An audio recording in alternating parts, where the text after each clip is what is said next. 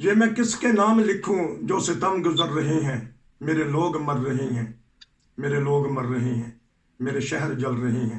عرفان خان صاحب ہے میرے ساتھ۔ 2 دن میں 100 شہادتیں، ایکسیڈنٹ ہوتا ہے جھیل میں، ہمارے اسٹوڈنٹ، ہمارا روشن مستقبل ڈوب جاتا ہے، اور آج خود کش حملہ ہو جاتا ہے۔ یہ جبر کا موسم کب بدلے گا؟ ریاست بالکل ناکام ہے۔ جی بتائیے گا عرفان صاحب۔ دیکھیں، جو قدرتی حادثات ہوتے ہیں اس میں ریاست کا کیا قصور ہے، کیا بے بس ہو جاتی ہے۔ جی بھارت جو حادثہ ہوا بچوں کا کشتی ڈوبنے کا، اس کے اندر اوور لوڈ کشتی تھی، اور اس میں امکان ہوتا ہے کہ جب کشتی اوور لوڈ ہو تو ایسا حادثہ پیش آ جاتا ہے۔ اب یہ تو وہ ذمہ دار ہیں جو ان بچوں کے ساتھ گئے ہوئے تھے، جنہوں نے ان بچوں کو شہر پر لے کر گئے تھے۔ اس میں حکومت ذمہ دار نہیں کہ ان کو احتیاط کرنی چاہیے تھی، جتنی کشتی میں الاؤ ہے اتنے ہی بندے وہاں پر کشتی میں جانا چاہیے تھے۔ جہاں تک یہ آج جو پولیس لائن میں حادثہ ہوا ہے پشاور میں، وہ بہرحال حکومتی کمزوری ہے، کہہ سکتے ہیں اس کو، کہ حکومت اس طرح الرٹ نہیں ہے جس قسم کے تحریک طالبان والے ان کو بار بار وارننگ دے رہے ہیں، بار بار چیلنجز دے رہے ہیں کہ بھئی ہم اپنے کھل کے، انہوں نے خط بھی لکھے تھے جو براڈ کاسٹ بھی ہوئے، اور آپ نے بھی اس کو اپنے چینل کے اوپر اس کو بتایا تھا، اور اس چیلنج کے بعد، اس خط کے بعد ان کو بہت زیادہ الرٹ ہو جانا چاہیے تھا۔ آج بھی اس کے علاوہ پبی کے اندر بھی واقعہ ہوا ہے، وہاں پہ بھی دہشت گردوں اور ان کے درمیان فائرنگ ہوئی ہے، شرط پسندوں کے درمیان، اور انہوں نے 2 شرط پسندوں نے اپنے آپ کو اڑا لیا ہے بم سے۔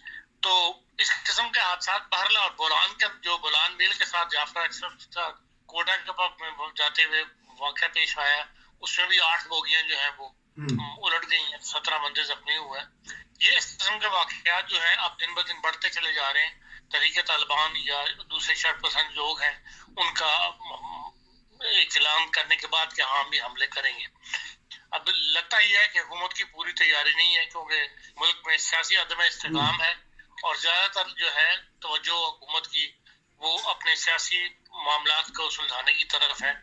سلجھانے کیا ہے، ایسے اقدامات اٹھا رہے ہیں جس سے مزید الجھ رہے ہیں معاملات، بجائے اس کے کہ سارے اکٹھے ہو کر اس پر ایک فیصلہ کر لیتے، اور جو بھی انتخابات کی تاریخیں ہیں، جس طرح بھی انتخابات کروانے ہیں، اور اس کو ایک نیا عمل بنا کے تو پھر اس کی ایک انتخابی مہم چل پڑتی۔ تو ابھی تک ایک دوسرے کے خلاف بیان بازی، ایک دوسرے کے خلاف اقدامات، ایک دوسرے کے بندوں کو گرفتار کرنا، الزام تراشیاں لگانا، اسی میں الجھے ہوئے ہیں، جس سے بہرحال جو شرپسند عناصر ہیں ان کو موقع مل جاتا ہے، ایسے گیپ سے وہ فائدہ اٹھا لیتے ہیں، وہ دیکھ لیتے ہیں حکومت کی توجہ دوسری طرف ہے، تو وہ، اور عام طور پر ہماری جو ایڈمنسٹریشن ہے یا جو ہمارے جتنے بھی سول ادارے ہیں، ان کا رخ بھی یہی ہوتا ہے کہ وزیر اعظم کیا چاہتا ہے، وزیر اعلیٰ کیا چاہتا ہے، اس کی توجہ کس طرف ہے، اسی طرف ہی سب کی توجہ ہو جاتی ہے، باقی روٹین کے کام جو ہے وہ پھر پیش نہیں ہوتے۔ یہی اس کی مثال ہے آپ کے سامنے، جو کچھ آج پشاور میں ہوا ہے پولیس لائنز کے اندر، جس میں کہتے ہیں کہ 25 آدمی شہید ہو گئے اور 120 زخمی ہیں۔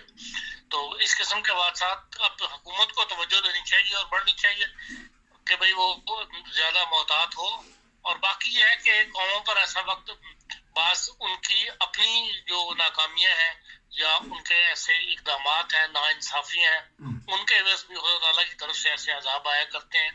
میں یہ تو نہیں کہتا کہ یہ جو کچھ آیا ہے یہ ایک عذاب ہے، لیکن پاکستان کے معاشرے کے اندر اس قسم کے اقدامات طے کر پہ حکومت بھی اٹھاتی ہے اور اٹھا رہی ہے، جس سے بعض طبقات کے ساتھ ناانصافی کا سلوک ہے جو سامنے نظر آتا ہے، اور پھر خدا تعالیٰ کی ناراضگی کا جو ہے ناراضگی کا موجب بنتی ہیں ایسی باتیں۔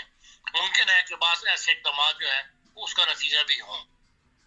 جی، اگر عذاب نہیں تو کوتاہی تو ہے نا ہمارے علماء کی، جو اتنے بڑے بڑے مدارس ہیں، خاص طور پہ جن علاقوں میں خود کش حملہ ور پلتے بڑھتے ہیں، یہ ناسور کیوں نہیں ختم ہو رہا؟ 25-30 سال سے ہماری جانیں نہیں چھوڑ رہے۔ دیکھیں، علماء تو ذمہ دار نہیں ہے نا، علماء تو اپنی جو بھی وہ کام کرتے ہیں وہ حکومت کا حصہ نہیں ہے، اس لیے ان علماء کی حرکات پر نگاہ رکھنا، ان کو ڈائریکشن ان کی صحیح رکھنا، ان کو ایسے اقدامات نہ کرنے دینا جس سے معاشرے کے اندر نفرت پھیلے، یہ حکومت کا کام ہے۔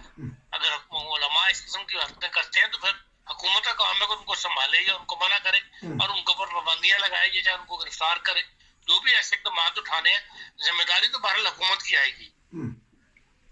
तो अच्छा, लेकिन जब ये इस तरह के इक़दामात हो रहे थे, प्रोग्राम हो रहे थे, वो जब खुदकश बमबार को कहते थे कि ये एक ऐसा बम है जो खाता भी है, पीता भी है, देखता भी है, सुनता भी है, तो उसी वक्त हमारी इस्टेब्लिशमेंट के यहाँ कान खड़े हो जाना चाहिए था कि ये कौन सी बात, कौन से मौलवी कह रहा है, कौन से मदरसे में हो रही है, किस पेशावर या किस इलाके में ये चीज़ हो रही है, उस वक्त दबा देते इस बात को।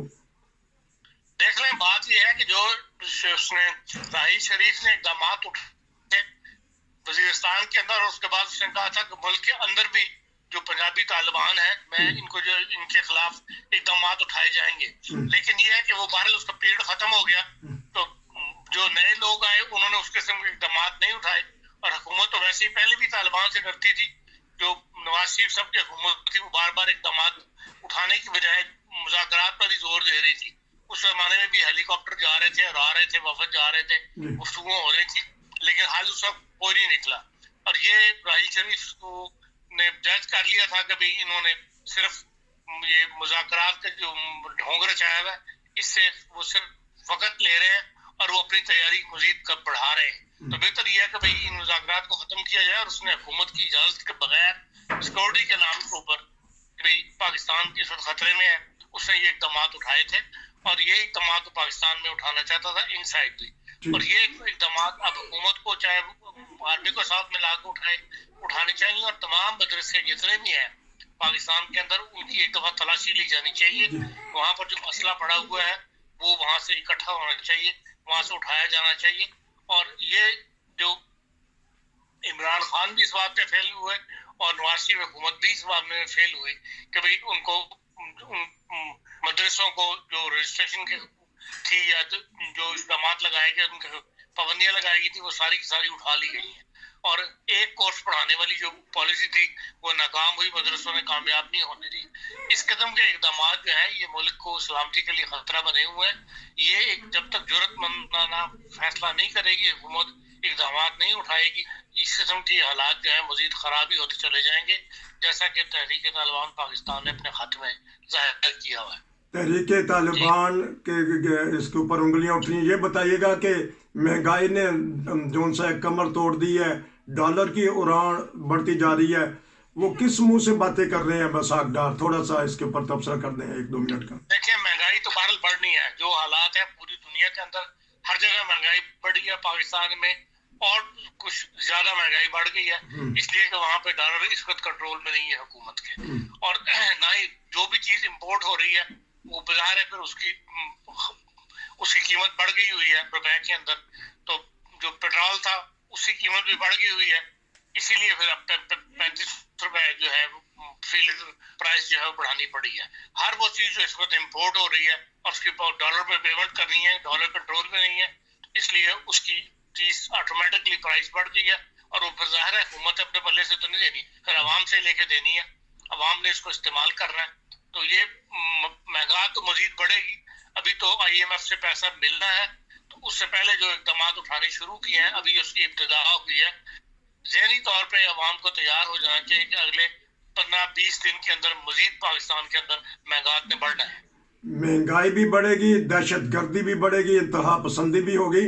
ये छापे तो मार रहे हैं, एक मजलूम जमात के दफातर में जाते हैं या बगैर उसके, तो वहाँ से जाके कुरान पाक के औराक ढूंढ लाते हैं और तौहीन कुरान का मुकदमा कर लेते हैं। आप कहते हैं मदरसों में से असला ढूंढें, तो इनके पास वक्त होगा तो मदरसा असला ढूंढेंगे ना मदरसों में से।